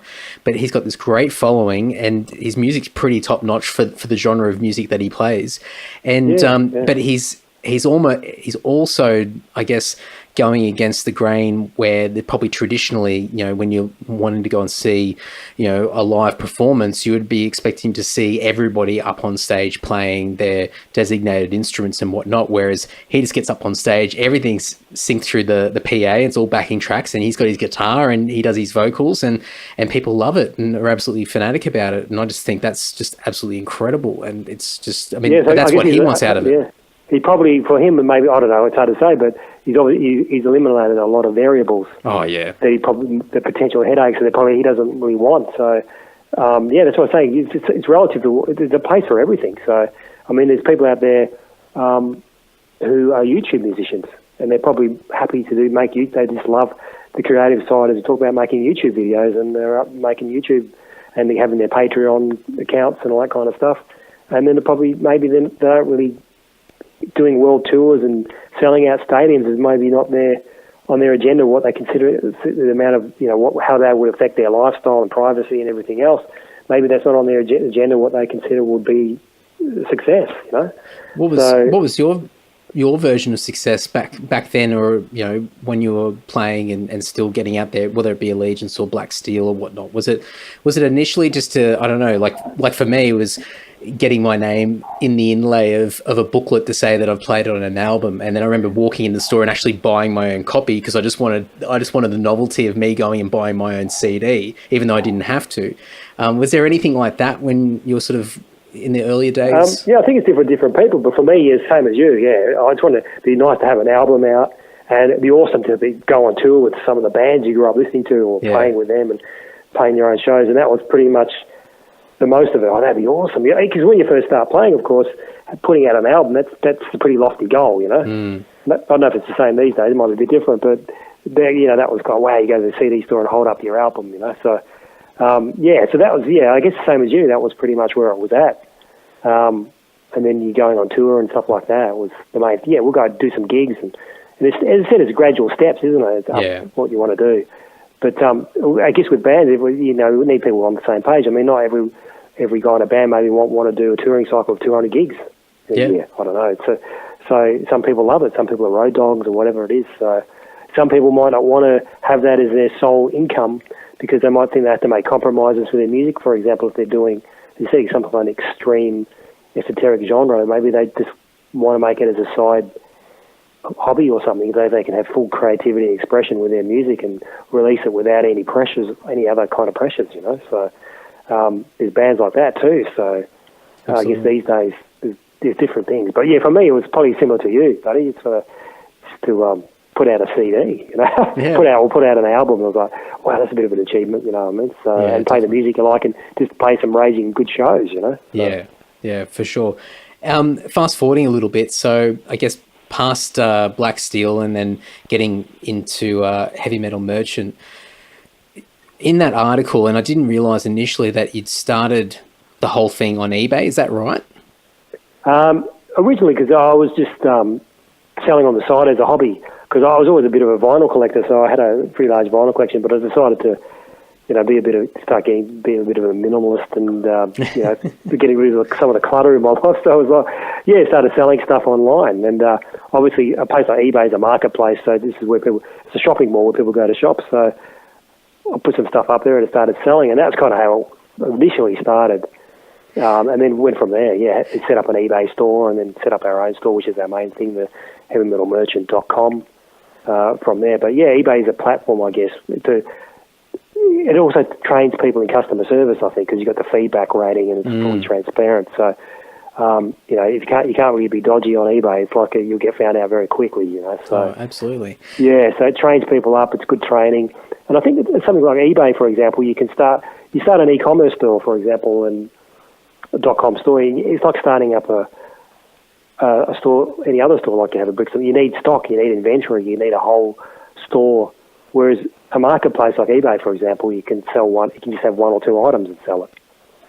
You don't need a whole website. You need to have a whole store that's going to draw people there, you know. But one or two items, 3 items, sell 10 items, and then buy another 10 and sell them. That's kind of how you can with a marketplace. So that's how I started, and then just built it from there into the .com store, you know. So main one. I'll take a slight step back because you mentioned something that I've been going through, and I really want to get your perspective on this. So you mentioned that you went through a bit of a moment where you went to this sort of minimalistic sort of perspective on life and whatnot, and you're getting rid of some of the clutter and some of the sort of excess vinyl or things that you weren't, I guess, assuming you weren't listening to much anymore and putting them online to sell.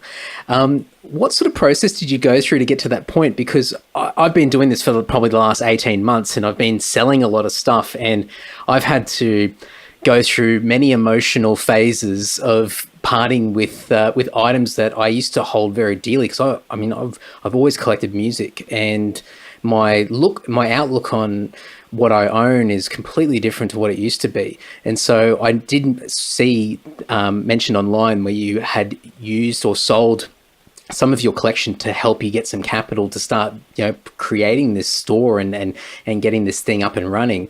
So what was it like? What were those moments where you started to think differently about what you owned and starting to sell some of the stuff that that I guess probably were held dearly to you?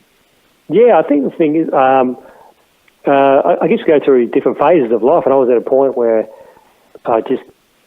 you get so much stuff and you collect things or hoard things, and it's almost like the more stuff you have, the more stuff that owns you, you know. So I was just trying to lose your attachment to so many things, because at the end of the day, it's, living in the moment and being more free of where you are without having to have been bogged down with all this. So I was just getting rid of things and simplifying my life, and I felt that it was a more free and easy way to live, you know what I mean? So you don't have all this stuff around and things you have all this attachment to, not losing your... I think the Buddhists call it non-attachment, not having so much attachment to things. The more things you have, the more stuff you have that owns you, so you live a more free life. And also, too, a lot of people get caught in the trap of, materialistic and having so much materialistic stuff that it ends up sort of impeding their lifestyle, you know, because they go into work to pay off all this material stuff and all these loans and mortgages and stuff that they don't even really want. And they're stuck in a job they don't like because they're paying for all this stuff, you know. So I thought, well, at the end of the day, I want to design a business that gives me what they call these days lifestyle equity. And by that I mean equity is, when I start work, when I finish work, I wear a watch for amusement purposes only, you know what I mean? That kind of thing. So, the only time I look at the clock is to make sure that the mail's going to go out on time, you know. But apart from that, when you have your lunch break, when you take your travels, when you want to go on holidays, I don't really want someone so what corner office, and I work really hard, I can get this other corner office, you know. I want to be able to sit outside if it's a nice day or something like that and work up, you know, be productive rather than, to me, hard work will wear you out. It's more efficient, productive work. So the idea of the minimalist thing is, well, the more frugal and minimalist I can live my life, the more freedom I'll have to design and run a business that with, you know, the less overheads that I have to facilitate a lifestyle where I don't have to be stuck doing stuff because I've got so much debt over my head or so much stuff that I owe or stuff that owns me, you know what I mean? So it was just simplifying everything. I find the more I started simplifying, the more freedom I had to do things. And I was like, oh, cool, I can do this and that without having to worry about that. So it becomes, I know, you probably, as you said, doing the last few months, you sort of get on a roll and almost becomes addictive. It's like, it's so good, just letting go of everything, you know. So, was it difficult to get started though? Or like just I think it is for everyone. Yeah. I think it is for everyone because you're changing your outlook on things. You know, you think you are your stuff. You know, like if you are what you think you be, do, and have, then what are you when you're not? Yeah. You're still a valuable human being, right? So basically, your perspective on life and yourself and your self-worth shouldn't really be tied up on external things, you know. Like, so as I say, there's no way to happiness and stuff like that. Happiness itself is the way it is, you know. So it's an inside job.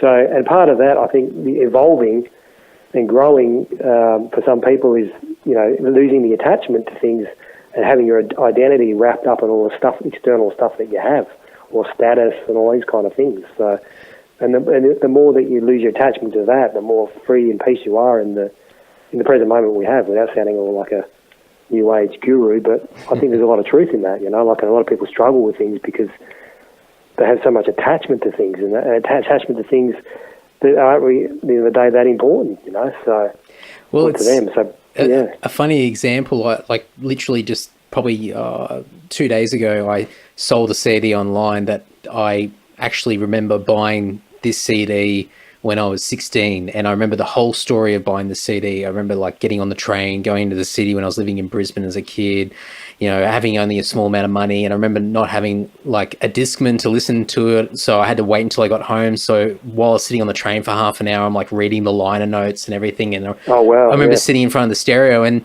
the other day I sold it, and I sat there looking at this CD, and I'm just like, oh God, like I don't know if I can get rid of it. But then you sort of had this moment where you think, I know this story so well, and I don't have to look at this CD to know it. Like, every time I see this album somewhere else, noted online or whatever, that story's already there. So yeah, it's experience, not the actual item. That's it. And for me, like, I look at my collection, and I've been a bit of a hoarder over the years, and I've collected different versions of every album, and I've got all these crazy different limited edition things and whatnot. But, you know, there's so many things that I'm interested in these days, and projects and different ventures that I want to get involved with. And then I look at it and think, well, I need money to do it, instead of just trying to earn it from a day-to-day job. And I look around my home, and I look on the shelves, or I look in crates that, you know, these things aren't even being displayed anywhere. And I think, there's just money sitting here. Like, this is stuff that, you know, could actually be fueling things that I actually want now in my life, instead of desperately clinging on to the past and hoping that I don't forget a memory that appears to be so attached to me. And so it's, absolutely right. And as I say, you mentioned the past there. You know, as I said, the past is, what's that old quote? Is just the trail. It's a trail of, if you're in a boat, the past is just like the wake of the boat. It's the trail that's left behind, doesn't actually steer the boat. You know? So present moment's where you are, and these are the opportunity costs that you have, all that money sitting there. And as I say, if you want to escaping the 9 to 5 and being trapped in a certain job or a situation that you're not happy with, then the funny saying in like the e-commerce world is like ramen noodle sufficiency. You know, like, so what's the lowest cost you have? You know, if you didn't have an income for 6 months, how much of your current lifestyle could you lose? Yeah, absolutely. You know what I mean? So if you can get it down to sufficiency, is not much really, then you've got a base to start and have that freedom to start your own thing. But that takes guts, and it gets getting people out of their comfort zone, I guess, to do that. And it's different things for different people too. You know, some people are not that stage, or don't feel comfortable doing that. But I think there's a bit of a movement and all that now. It's almost become a bit of a hipster thing, you know. I mean, there's the minimalists and all this. There's movies out on it now and all that kind of stuff. But this is nothing that hasn't been. This is not the wisdom that hasn't been around since the Tao Te Ching. You know, I mean, this stuff is it's wisdom from the ages. I mean, Buddhist monks have been teaching that for, you know, millennia. So, well, I think the other thing for me that's really helped is that, yes, it is a bit of the rage at the moment. There's a lot of talk about it, and I think it's seeped into a bit of pop culture and whatnot. But I think there's still so many people out there that, you know, really, really love and treasure their collections and their music. And for me now, and this has sort of helped me move on with a lot of my stuff, is that if I'm passing it on to somebody else, then I'm passing that value on to somebody else. Someone's actually, instead of like a pile of CDs that I've kept, you know, in mint condition, I've looked after, but they're sitting in storage containers, or they're in a cupboard, you know, behind doors that I never see. And if those items are going to somebody else that looks at it and goes, oh wow, this is amazing, and they put it on a shelf and they look at it and they treasure it, then that sort of makes me feel a little bit better as well, because I'm passing the value on to somebody else, because I'm not really getting value out of them as I used to back in the day. So it's just part, like everyone wants different things out of life, and it's the old saying, one man's trash is the other man's treasure. It's making space for something else. And the thing is, I guess the longer you're around, the more stuff you accumulate too. Yeah. So it's almost like you're towing a bunch of stuff behind you, and it just builds up and builds up. So sometimes you have to cut some stuff loose to do it without getting smothered in stuff. And the thing is too, is like whether you're like a minimalist or maybe an essentialist. So not being a minimalist, but finding a balance of having stuff that's actually essential and you can derive enjoyment from, and it facilitates a lifestyle that you like and you enjoy, not just having it for the sake of it, you know, like, so there's a bit of a balance, you know, finding the balance between things, I guess. Absolutely. But yeah, and you know, and same thing too. I think people hit a certain point in their life as well. Sort of, they say the morning and the afternoon of one's life. You know, the truth you have in the morning of a life will soon become a lie in the afternoon. You know, like some things you can have, like beliefs and sort of outlooks and things you have when you're younger might not serve you later in life. But if you're still holding on to them, it might be creating some conflict and struggle. You know, so.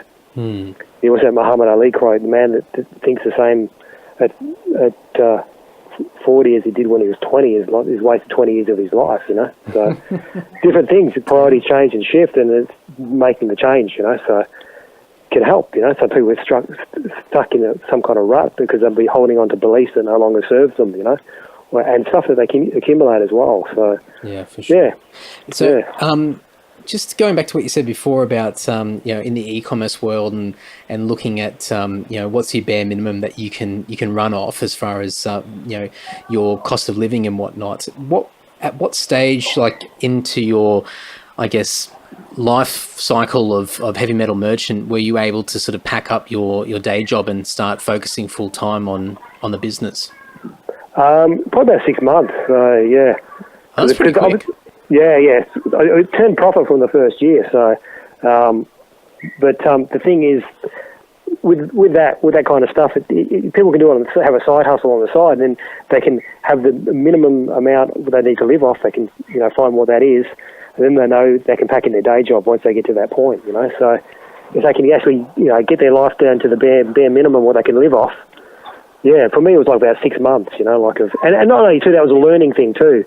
So I could immerse myself in it, and I think once they make the step to full time, they can sort of learn and start making forward progress because they can dedicate more time to it as well. So I think they'll be surprised at what they can actually do once they start dedicating to it. But as I say, some people you can be in that trap as well, which makes people, it's a bit too much comfort for them to want to leave, so they won't do it, you know. So that's a step, I guess, what they call entrepreneurs or whatever have to do. And I guess to get that safety net, you know. Yeah, and I guess getting rid of that safety net forced you to have to make more creative decisions or push yourself outside your comfort zone to keep scaling up the business or keep the business moving, to ensure, because now it's all on you to ensure that you're generating that income for yourself and your family. That's right. Yeah. So basically, growing businesses, you can do that. I mean, some people find investors, venture capitalists, all those kind of things. Or another way of growing your business is bootstrapping it and doing it from retained earnings, you know what I mean? So obviously the lower you can live off, the more retained earnings you can reinvest back into the business to grow the business. So, that's an option there. Because obviously within the first 2 years of any new venture, you can't go looking to a bank for finance. You know, they're not in the business to finance loans and take risks on businesses. It's only when you don't need the money that you can usually get access to it. You know? So those kind of things. So so people need to learn how to bootstrap. You know, that's kind of how people start businesses. I think it's the same with bands too, isn't it? You have to do it on the shoestring at the beginning. You know, so definitely. And how long into it all did you move from eBay to your own e-commerce platform? Was that a couple of years in, or? Sorry, probably about 6 months, yeah. Oh, so 6 months as well to change to your own? Yeah, I sort of started building that. You know, I always wanted to build that from the beginning, you know. Yeah, okay. Because at the end of the day, .com is yours, you know. So, and that takes the work, you know. But, it's always, that was one of the goals to always do that, so. Oh, that's pretty good. Oh, yeah. Well, I'm keeping it on the time because I could keep talking to you for hours, but I'll leave it with one more question because I think with my other podcast, Self Starter, I've got a few more tailored questions, and I'll hit you up in the new year, and we'll dig a bit deeper into a lot of this sort of stuff about self-employment and small business, because it's really something that I've got a lot of fascination with. But one thing that I've noticed on your store, and this will be the last question. I don't know if it's all of your items, but a large amount of your items, you've got things with 99 cents. So $20.99 or $14.99 or whatnot. Is there, and I've read a couple of things around the place about psychology with pricing, but was there anything conscious that you've done as far as making that decision to put the 99 cents on your pricing? I'm not sure, not really, but there is a psychology of pricing. So if you look at, I think in normal retail, I think 99 is kind of pretty much a standard, isn't it? But if you look at like the e-marketers and the guru marketers and all that kind of stuff, they tend to use the number 7. Like they do, buy this online webinar now for $997. It's because it makes it sound like a more exact number, so they can kind of, the perceived value is there. Yeah. So I guess there is psychology involved in that, but I think 99 is kind of a bit of a standard thing people are used to in retail. So it kind of keeps it neat and even and stuff like that. So you've stuck with kind of what we do. But there is there is A/B testing that people do on price points and stuff. So as I said, you do see a lot of people, especially the spruikier kind of ones, they tend to have the 97 seems to be a big one, I don't think that's any accident, So, and in retail, 99 is what you see a lot. So people often maybe perceive $29.99 or $39.99 is less than say 40. So absolutely. True, but it's one thing. But I think there's things that help convert better too. The psychological thing, and there is a psychology in pricing, as you're saying. So. But it's not something I was deep into at the time, So no, definitely. It just seemed to work for us. Yeah, I think obviously, given that this is your thing and this is your full-time and main source of revenue, I'm assuming that naturally, I'm just making assumptions here that there'd probably be a lot of, I guess, not sort of psychology behind the way that you conduct your business, but I guess a lot of analysis based off the data and, who buys what and what things trend and times of year and over the last sort of, 8 odd years that you've been running, how things have changed as far as demographics and what sells and what doesn't and what not. I assume you analyze a lot of that data and keep an eye on it? Yeah, it's about managing the numbers. If you can't measure it, you can't manage it, as they say, So, and there are certain best practices too, like that work better and things that work better, converting things in different products and things, sell-through rates and all those kind of sales velocity and all that kind of stuff, So it's very much, and I guess with e-commerce too, you can really measure the analytics side of it in real time, So absolutely, gauge the feedback. And that's what they're saying now, obviously with the new modern businesses, they're small and nimble. Nimble meaning you can make changes fast. You haven't got the middle management bloat where it takes a lot of slow and sluggish in making changes and implementing new changes. Now with so much disruptive technologies out there in the online world, markets can change really quick. I mean, look at things like Uber and stuff like that. They've got disruptive technologies. They just take an old industry and turn it upside down very quick. So being small and nimble, adapted, and having that data and that real-time data and analytics, it can really help, So see where the traffic's coming from, all that kind of stuff, Absolutely. Is there something that's has changed over the years that you've been running e-commerce as far as sort of high volume sellers, or has it been sort of consistent? Like, for example, does apparel and like t-shirts as a specific still be the majority driver of business for you, or is there something that has changed over the years as far as what's popular and what isn't? I think there's always the staples and the standard stuff that you have that it always does well. Obviously, t-shirts and stuff does well for us and a whole bunch of different things, but we're always expanding it out. And, like we've got the baby wear and all that kind of stuff does really well now too, and patches and all this kind of stuff. So, yeah, it's all complementary, and what we find now is customers will come in and they'll mix and match, they'll buy patches and then they'll buy badges and stickers and poster flags, and it'll be a whole mixed bag, So, so just basically having all the complementary items. But things do change over the years. But with metal, it's remained pretty consistent. Yeah. And you obviously got your classic bands and stuff like that, and it's not so trend or fashion driven as much. Like in certain categories of apparel, there's certain toys and all that kind of stuff. There's hot items of the year and that kind of stuff. Whereas I think metal is probably quite consistent, you know what I mean? So, but knowing your market's important too. So you got stuff there that people want, and yeah. Well, I think you got a bit of cred to be able to talk on the topic. So I think you're well suited for the work that you do now. yeah. I mean, there's people out there in e-commerce who will sell it. They'll sell stuff that they're not even have any emotional connection to or whatever. But at the end of the day, you do have to look at things as well. You can't be too. As I say, you can't fall in love with your stock. You know what I mean? Yeah. It's there to serve. It's a vehicle for a business. So, but having that knowledge of the market is important too. So understanding things. Do you know the difference between black metal and death metal and everything else? So when you're listing it and putting it together and putting it in the best light and describing it, you know what you're talking about. You know what I mean? So that's it. It gives you that trust with the customer. Yeah, absolutely, yeah. And the trust of the customer comes from having good service and are they taking any risk out of the equation, So, and that's also saying the psychology and how you word things and how you present things and everything else. It creates that trust and with the buyer and the confidence that they're not going to get scammed or something, you know what I mean? Because there's always an element of risk online where people think, should I be handing out my credit card or whatever, So, that's all comes down to what's happening in e-commerce now, So. Oh, well, I think I love this topic, and there's so many interesting things paths I could go down. But I think we'll leave it for now. No worries. Yeah. I'll have to catch up with you sometime in the new year. But thanks so much. I really, really, really appreciate it. Yeah, no problem. Very, very, very interesting discussion. So thank you very much. Yeah. No worries. All right, we'll be in touch. Thank you. Cheers. Thanks, Andy. Bye.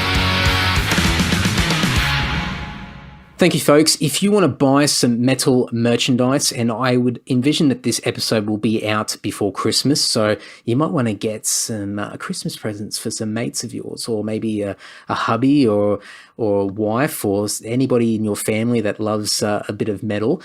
Go over to heavymetalmerchant.com. There's always a number of really cool deals on that website. I'm just looking right now. There's free delivery on all shirts, patches, flags, keychains, buckles, jewelry, stickers, and more anywhere in Australia. And applies to all items where free shipping indicated on product description. That's me just reading straight off the website. Didn't really think that one through. But there's always some great deals on the website. So make sure you go over there. Every band that you can possibly think of, there's so much stuff over there. So make sure you go and check that out. I'll put all the links to all the different social media platforms and links to Dave himself over at andysocial.net. So make sure you go over there, as with all the previous guests on the podcast. So you can go there and check all that out. Now, before we wrap this up, my new podcast, as I've mentioned and you guys are aware, Self-Starter. So if you go to selfstarter.com.au, you can go and check that out, or search for Self-Starter on your podcast app. It should be up and running now. As I'm recording this, I'm a day away from launching it properly. So it should go to plan. So it should be up by now. If you're into small business, self-employment, freelancing, anything of the such, getting a bit of a side hustle going, make sure you check out Self-Starter. It's going to be something that will be a big part of my life into the foreseeable future. So make sure you get behind that and support it. If you want to support this podcast directly, you can do so on a number of different ways. Oh, yes, I almost forgot. I have merchandise now. Woohoo! You can get Antisocial t-shirts via my Bandcamp link. So it's the antisocialpodcast.bandcamp.com. If you just go to antisocial.net and click on buy stuff, you'll find all the links there. But you can get black and white t-shirts of the classic Antisocial logo design, which was designed by Zachary Smith Cameron, who has also designed the What Tomorrow Brings Lord album cover or EP cover. So you can go and check that out.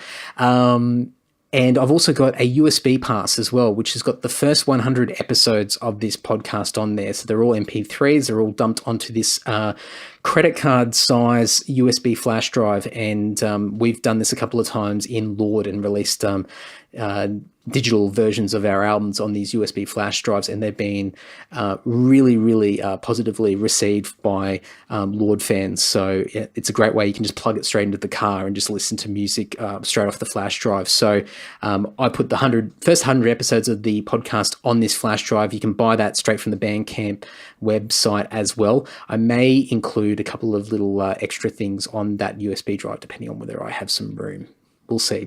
But go over to the Bandcamp page, or just go to antisocial.net, click on the buy stuff link, and then you can get some merchandise there. And I will add heaps of dumb stuff in the months to come. I've got some ideas. I think I might go for the most cheesy, useless, rubbish merchandise promotional items out there, and hopefully you guys will get a laugh out of it. So we'll see what happens, but stay tuned. Also, if you want to support the podcast but don't own any clutter, you can do so by going to antisocial.net and clicking on the paypal.me button, which actually I think I've called it Shout Me a Beer. So if you want to shout me a beer, you can click on there and then pay me 25 cents or $2 or $20 or $200 or $200,000, whatever you want. If you're feeling generous, I'll be very appreciative of that. If you shop on Amazon, you can go to the Amazon portal link, which is also at antisocial.net. So if you shop regularly on Amazon, you can go there, click on the link, it takes you straight to Amazon. You shop like you always shop. You would not know the difference apart from that first click.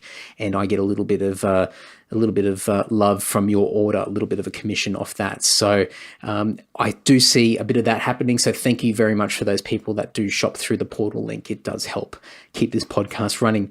But that's about it. Thank you so much for listening. Keep sharing this stuff around, doing all the social media likes and retweets and love hearts and emoticons, and do frowny faces, sad faces, happy faces, whatever you want to do. That's fine. All the support helps this podcast. So thank you so much.